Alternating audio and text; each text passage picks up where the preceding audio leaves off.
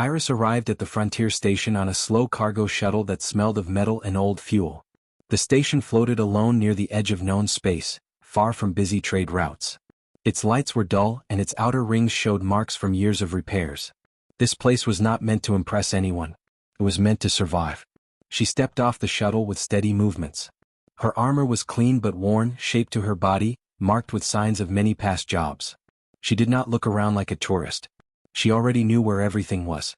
She had studied the station plans long before accepting the contract. Iris never arrived unprepared.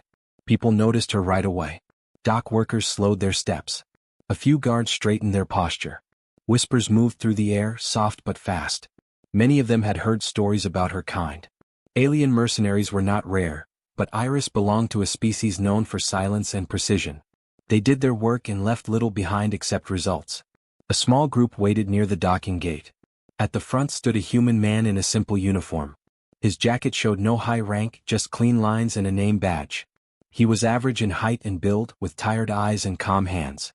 His name read, Tom. Tom watched Iris approach but did not stare. He did not reach for a weapon. He simply waited. "I am the assigned officer," he said when she stopped in front of him. His voice was even and clear. "I will handle your station access and schedule." Iris studied him. Humans often tried to hide their fear with jokes or forced confidence. Tom did neither. That alone made him different. "Before anything else," Iris said, her voice low and controlled, "I have one condition." Tom nodded. "Go on." "I require full privacy during my rest hours," she said. "No observation. No recording. No entry without direct permission. If this condition is not met, the contract ends." The guards behind Tom shifted. One of them frowned. Privacy demands were common, but full privacy was rare.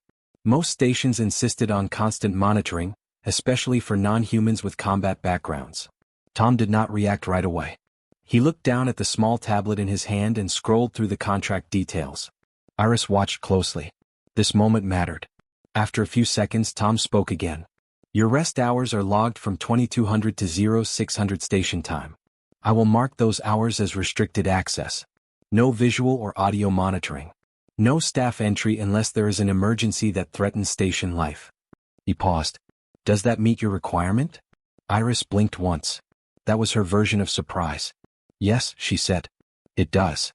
Tom tapped the screen and saved the change. "Then it is logged as law under station policy. Anyone who breaks it answers to command." That was it. No debate. No request for compromise. No warning tone. Iris turned slightly, scanning the faces around them. Some looked confused. Others looked annoyed. "You accept this too easily," she said. Tom met her gaze. "You set a condition. Command approved the contract. My job is to enforce both." Iris gave a slow nod. "Very well." As they walked through the station halls, Iris noticed how Tom kept a respectful distance. He did not try to fill the silence with questions. He only spoke when needed, explaining routes, access points, and emergency signals. "This station has mixed species," he said at one point. "Most areas are neutral. Your quarters are on level 5. Quiet section. Who chose the location?" Iris asked. "I did," Tom replied. "It has the least traffic." That answer stayed with her. Her quarters were simple. A single room, reinforced walls, clean surfaces. No hidden cameras that she could detect. No strange hums. The air was steady and calm. Tom stopped at the doorway. "This is your space," he said. "I won't enter."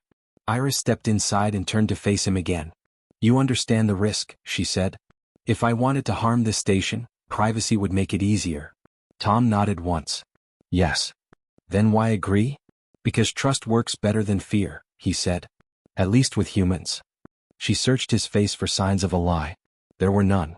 Just quiet certainty. "Leave," Iris said. Tom stepped back and turned away without another word. When the door closed, Iris stood still for a long time. She removed her helmet slowly and set it down. Her shoulders relaxed just a little. It had been years since she had been given privacy without needing to threaten or bargain for it. Later that day, station life continued. Workers moved supplies. Ships docked and departed. News screens played low-volume updates. Word spread fast about the new mercenary and her unusual condition. Some crew members complained openly. "She's dangerous," one said near the mess area. "Why give her privacy?" Another replied, "Humans are too soft." Tom heard these comments and said nothing. He adjusted patrol routes so they avoided level 5 during Iris's rest hours. He sent a station-wide notice reminding everyone of restricted zones. He did not explain why. That evening, a technician tried to install a new sensor near Iris's corridor by mistake. Tom caught it and shut the work down. "This area is locked," he said calmly. "It's just standard procedure," the technician argued. Tom shook his head. "Not during these hours." The technician left, frustrated. From inside her room, Iris noticed the sudden silence in the hallway. She had expected at least one test. Humans were curious by nature. They often pushed limits just to see what would happen. But nothing happened. No footsteps. No voices. No electronic signals. She sat on the edge of her rest platform and allowed herself to breathe slowly. Memories surfaced, unwanted but familiar. Other stations. Other contracts. Doors opening without warning. Eyes watching through hidden lenses. Questions asked at the wrong time. This was different. The next day, Iris moved through the station during active hours. Crew members watched her but kept their distance. Guards nodded politely. No one tried to speak to her unless required. At a supply checkpoint, a human woman dropped a crate by accident. It hit the floor with a loud noise. She froze when she saw Iris standing nearby. "Sorry," the woman said quickly. Iris looked at the crate, then back at the woman. "You are not injured," she said. "No," the woman replied. "Just clumsy." Iris helped lift the crate back onto the cart. The woman stared, surprised. "Thank you," she said. Iris walked away without comment. Tom observed the exchange from a distance. He made a small note on his tablet. Not about behavior. Just about timing. Everything mattered. That night, Iris returned to her quarters before rest hours began. As the station clock shifted, the hallway lights dimmed slightly, signaling restricted time. The door sealed. Once again silence. She removed her armor piece by piece, careful and slow. Each piece represented survival. Each piece was heavy. She lay down and stared at the ceiling. No camera lens stared back. Trust was dangerous. But so was living without it. For the first time since arriving, Iris allowed herself to sleep deeply. Outside her door, Tom passed once during patrol. He did not stop. He did not check the door logs. He trusted the system he had set. In that quiet choice, something unseen began to change, not just for Iris but for how humans would be remembered. And it all began with a simple nod. Tom worked early and late without drawing attention to himself. That was how he preferred it. The frontier station ran on habits more than rules, and habits were easier to change quietly. The morning after Iris arrived, Tom sat alone in the operations room. The lights were low and only a few screens were active. He sipped from a mug that had gone cold hours ago and scrolled through duty rosters, access logs, and patrol paths.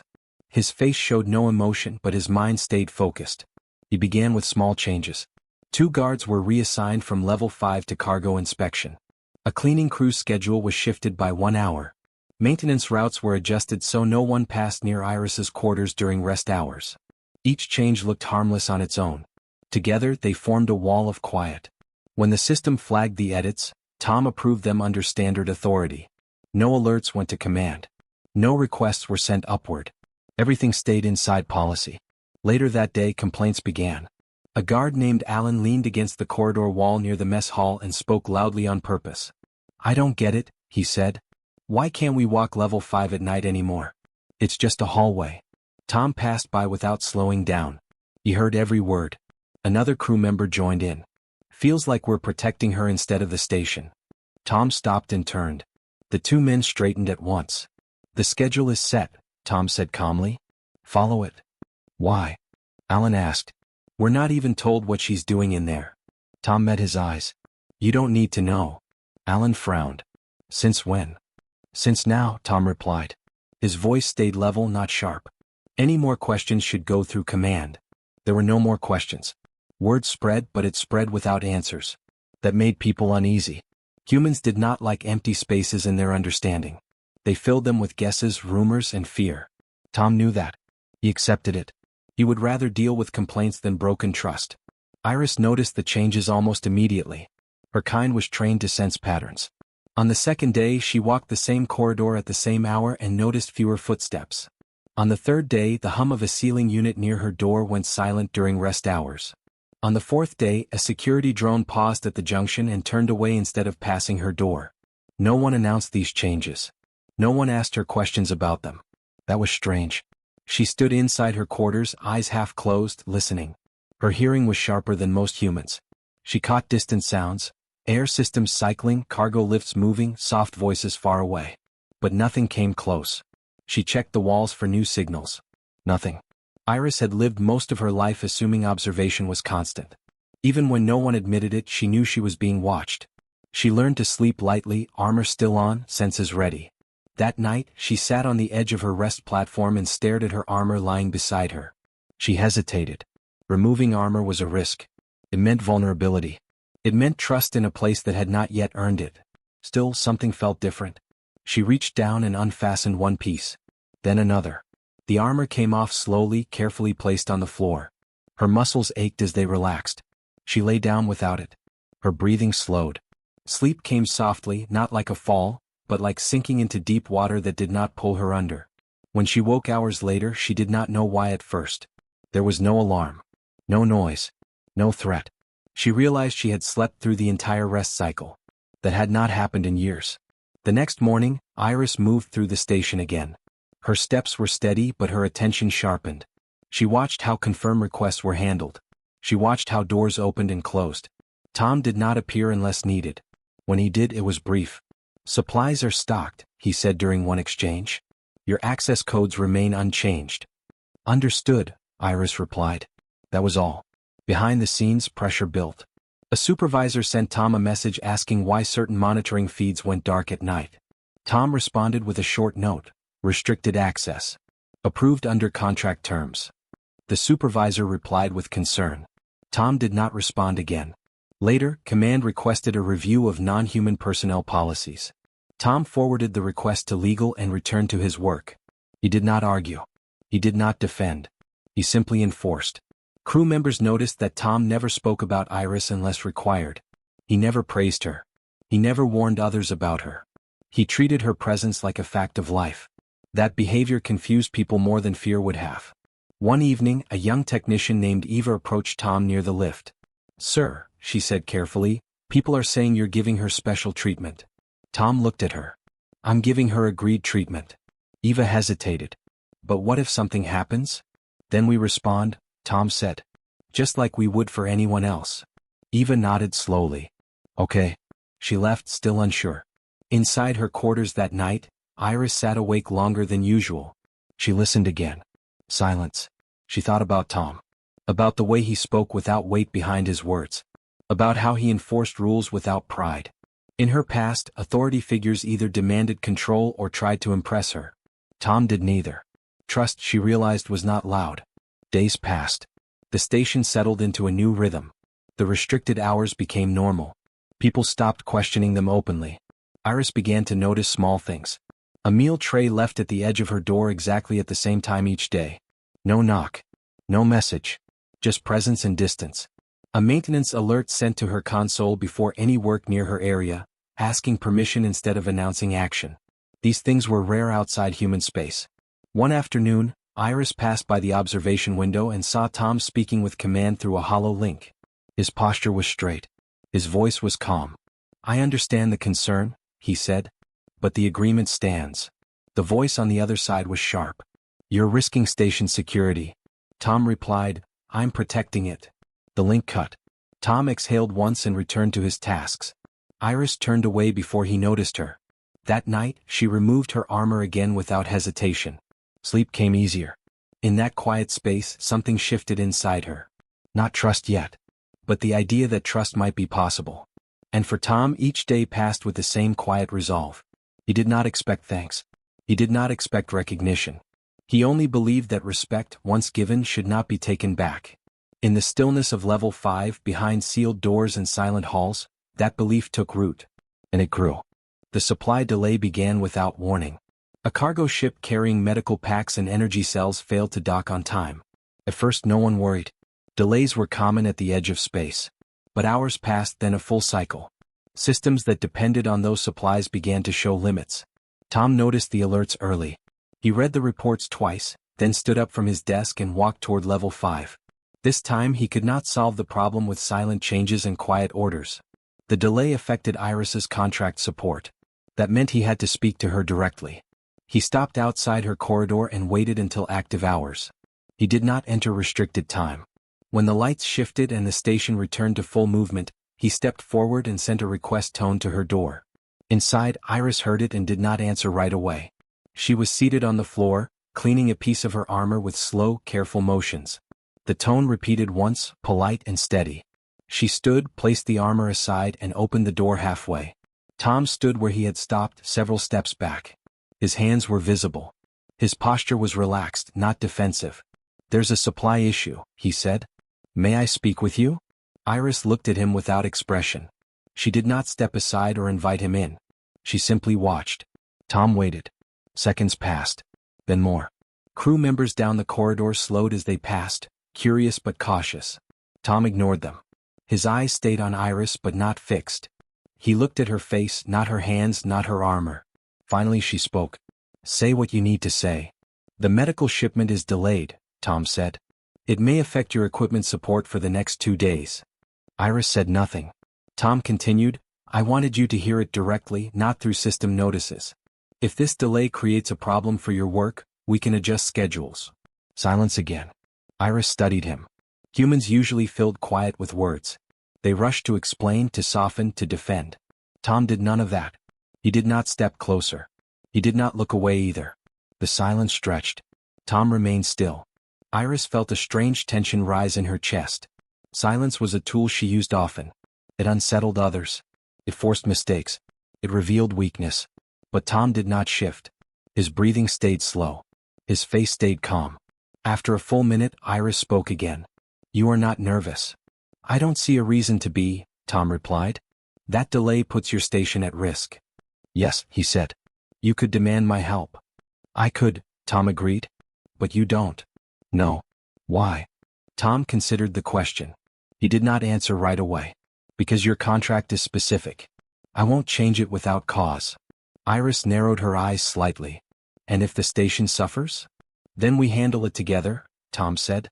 "Within the agreement." She stepped back from the door and crossed her arms. "You trust rules more than results." "I trust people to follow rules," Tom said. "That usually brings results." Again silence. Iris felt something shift inside her. Not anger. Not approval. Something more uncertain. She turned away from the door and walked to the far side of the room. Tom did not move. He stayed where he was, eyes forward, waiting. Minutes passed. Iris spoke without turning around. Most officers would already be shouting. Tom said, "Shouting doesn't move ships faster." That answer surprised her. It was simple. Honest. She turned back. "You could order me to help anyway."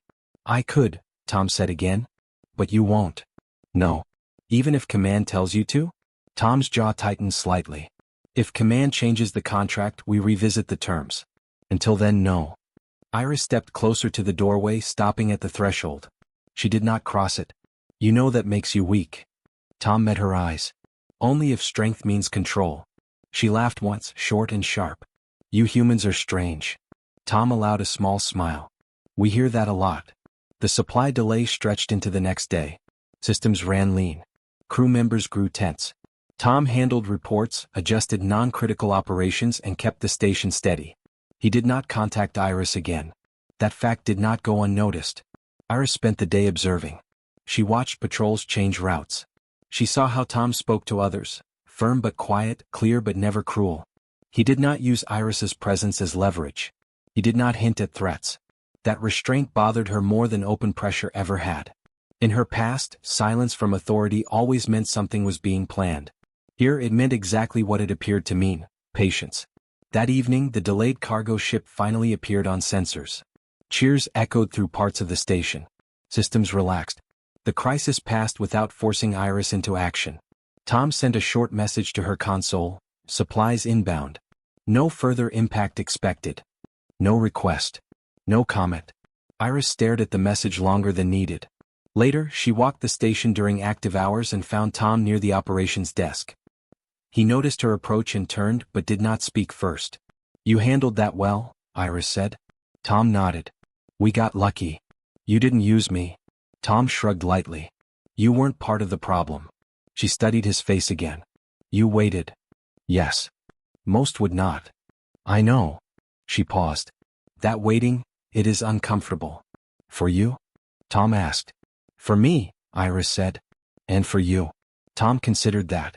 Discomfort isn't always bad. She nodded slowly. No. Sometimes it shows where the limits are. They stood in silence once more, but this time it felt different. It was not a test. It was shared. When Iris returned to her quarters that night, she removed her armor without thought. She lay down and stared at the ceiling, thinking not of threats or contracts, but of a human who chose restraint when power was easier. That choice stayed with her. And for Tom, as he closed out the last report of the day, he felt the quiet weight of something earned, not trust yet, but the space where trust could grow. The request from command arrived during a quiet shift. Tom was reviewing station reports when his console chimed with a priority signal. The message header was marked internal and urgent. He opened it and read slowly. Command requested a full behavioral profile on Iris. Sleep cycles, movement patterns, stress indicators, private habits. The reason given was simple and clean: for safety. Tom leaned back in his chair and exhaled through his nose. He had expected this. Not today perhaps, but soon. He reread the request. It was written in careful language, wrapped in concern and policy terms. It did not sound cruel. That made it more dangerous. Tom tapped a response request and accepted the live channel. The command officer appeared as a blue-lit image above the console. She was older, sharp-eyed, and clearly tired. Tom, she said. You've seen the request. I have, Tom replied. We need more data on the mercenary, she continued. She's an unknown variable. She's a contracted ally, Tom said calmly. With agreed conditions. The officer frowned. Conditions don't override station safety. They don't, Tom agreed. But they define it. There was a pause. We're not asking to interfere, the officer said. Just to observe more closely. Quietly. Tom shook his head. That would break the agreement. Tom, she said, lowering her voice, if something happens, this will fall on you. I understand, he replied. You're refusing a direct request? I'm refusing an unnecessary one, Tom said. We have no cause. The officer's eyes hardened. You're protecting her privacy over command authority. I'm protecting the contract, Tom said. And the trust that comes with it. Silence filled the channel. On the other side of the station, Iris stood near a maintenance corridor junction. She had not planned to stop there. She had simply heard voices through an open channel panel as she passed. Her hearing caught every word.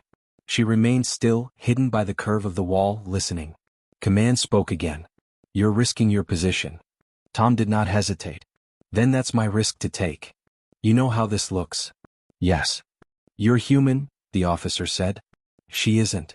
That doesn't matter, Tom replied. The rules apply the same. Iris felt something tighten in her chest. Command sighed. We'll revisit this. Tom nodded. Anytime.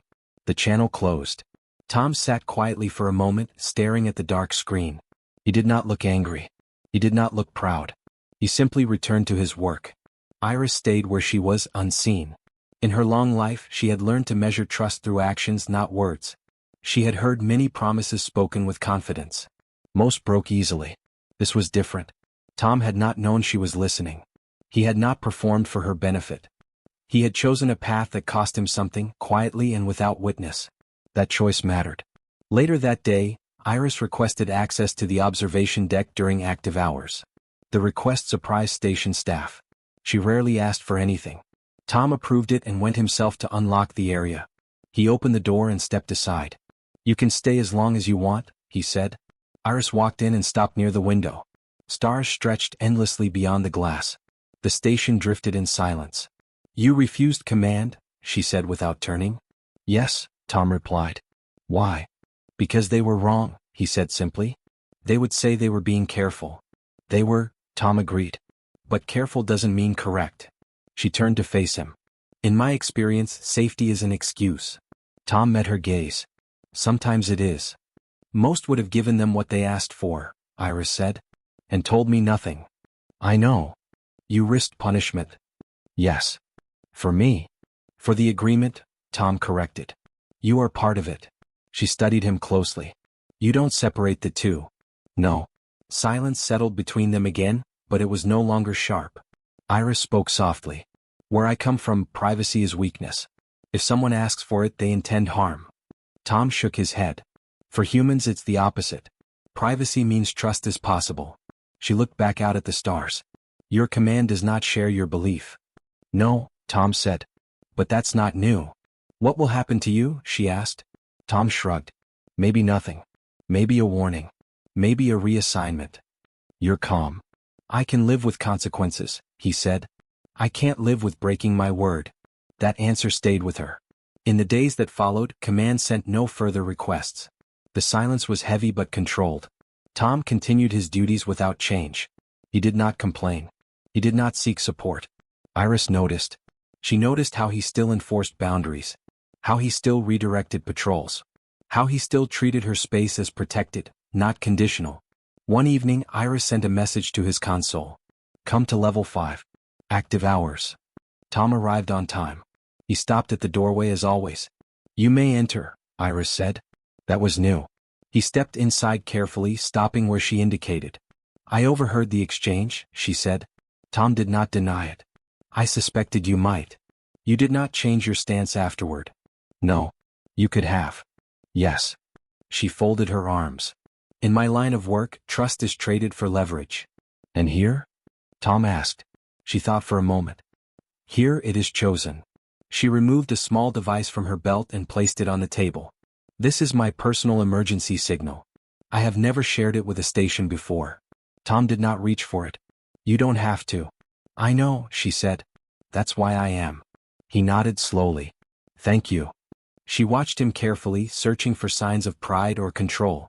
There were none. She picked up the device again and secured it. Do not mistake this for weakness. I won't, Tom said. She stepped back. And do not mistake your choice as small. Tom allowed a quiet smile. I won't. When he left her quarters, Iris stood alone for a long time. Trust, she understood now, was not something spoken into existence. It was built from moments where someone could choose power, and chose restraint instead. That night, she slept without armor again. And this time without doubt. The day the contract ended arrived without warning sounds or farewell signs. No alarms marked it. No announcements echoed through the station halls. Time moved forward as it always did. Iris packed her equipment slowly. Each piece of armor was cleaned, checked, and secured. She worked with calm focus not because she felt nothing but because she felt too much to rush. This station had been different. That made leaving harder than she expected. When she finished, her quarters looked empty. Clean walls. Bare floor. No sign she had ever lived there. She stood still for a moment, listening to the quiet one last time. Then she picked up her helmet and left. Tom was at the operations desk when the departure notice reached his console. It was short and official. Contract complete. Departure cleared. No additional remarks. He read it once and nodded. He did not go to the dock. He knew Iris would not expect it. She did not like ceremony. She did not need goodbyes to feel respect. At the docking bay, a small cargo shuttle waited.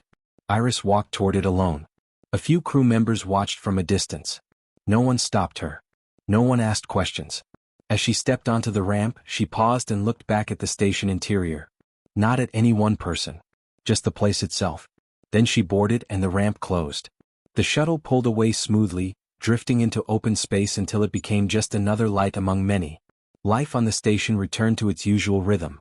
Patrols followed normal routes. Schedules relaxed. Level 5 was no longer restricted. People talked about the Mercenary for a few days. Some said she was dangerous. Others said she was quiet. Most eventually stopped talking about her at all. Tom returned to his work. Command reviewed his actions after her departure. A short report was filed. A note was added to his record. It was not praise, but it was not punishment either. The matter was closed. Weeks passed. The station handled new contracts, new crews, new problems. Tom solved them the same way he always had, with patience, fairness, and care. He did not change how he worked. He did not think of himself as someone who had done anything special. One evening, as the station entered low-activity hours, Tom sat alone at his desk. The lights were dim. Most of the crew was resting. Only essential systems hummed softly. His console chimed. Incoming message. Tom frowned slightly. The signal was encrypted but familiar. Not station command. Not a known trade guild. He opened it. The message was brief. Requesting joint mission support. Human liaison preferred. Terms flexible. Payment, none listed. At the bottom of the message was a simple mark. Not a name. Just a symbol he recognized. Tom leaned back in his chair and let out a quiet breath. He smiled. Not wide. Not proud. Just a small, honest smile that came from understanding. He forwarded the message to command with a short note. Received external request. Recommending review. Then he sat still for a moment, staring at the dark screen. Far from the station, Iris stood aboard a different vessel. This one was not hers. It belonged to a group that rarely trusted anyone outside their own kind. She had been invited into their strategy chamber, a rare thing. Around her stood figures from many species. Hardened mercenaries. Tactical leaders. Survivors. They watched her closely. "You worked with humans?" one of them said. "Yes," Iris replied. "And lived?" another added. "Yes." A third leaned forward. "They are loud. Emotional. Dangerous." "Some are," Iris said. The room grew quiet. "Why request them?" the first asked. "Why list no payment?" Iris met their gaze. "Because some things are worth more than fear." They waited for her to explain. She spoke slowly. "Humans respect boundaries when they choose to. When they do not break them easily. They do not need control to feel safe." "That is weakness," someone muttered. "No," Iris said firmly. "It is strength you cannot force." The room fell silent again. Back on the station, Tom prepared a response to the request. He did not rush. He read every line carefully. He asked no questions about payment. That was not the point. When command approved his involvement, he accepted without comment. As he closed the console, he looked out through the observation window. Stars drifted past, endless and quiet. He thought of Iris wherever she was. He did not wonder if she trusted him. He knew. Human respect, he realized, did not stay in one place. It moved. It spread. It crossed borders fear never could. And it all began with a simple choice to listen.